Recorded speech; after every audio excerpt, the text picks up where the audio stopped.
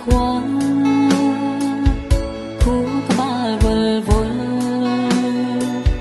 ព្រមតែវិបត្តិងងវែងនៅលើផ្លូវ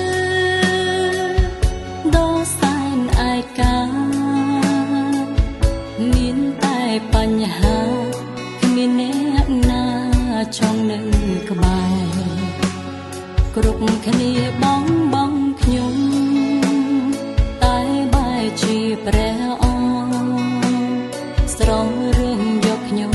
ឡើយ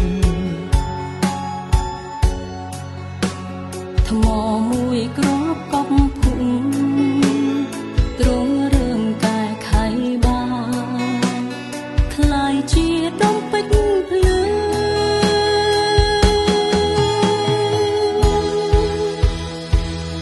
សូមអរព្រះគុណអរព្រះគុណព្រះអង្គដែលស្រង់យកខ្ញុំឡើងពីពួកជ្រំដ៏សែនជ្រៅគុណសូមអរព្រះគុណអរព្រះគុណព្រះអង្គដែលទ្រង់មិនបោះបង់យកខ្ញុំចេញពីទីងងឹត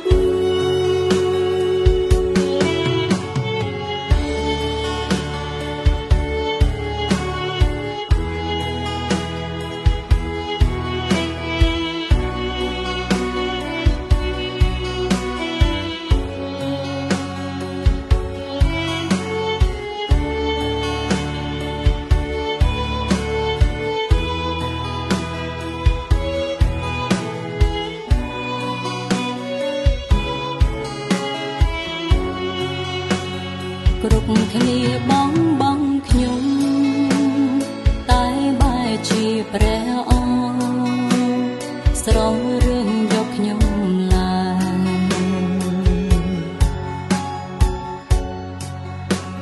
ថ្មមួយគ្រាប់កប់ភុំទ្រង់រឿងកែខៃបា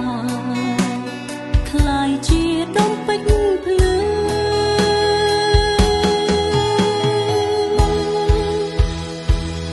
សូមអរព្រះគុណអរព្រះគុណព្រះអង្គ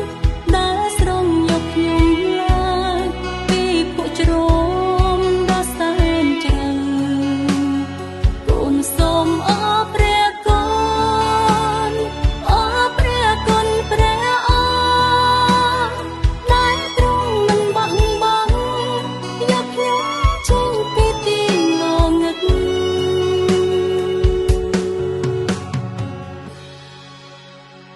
គ្រប់គ្នាបងខ្ញុំតែបែរជាព្រះអង្គស្រង់រឿងយកខ្ញុំឡើយថ្មមួយគ្រាប់កប់ភុំទ្រង់រឿងកែខៃបាន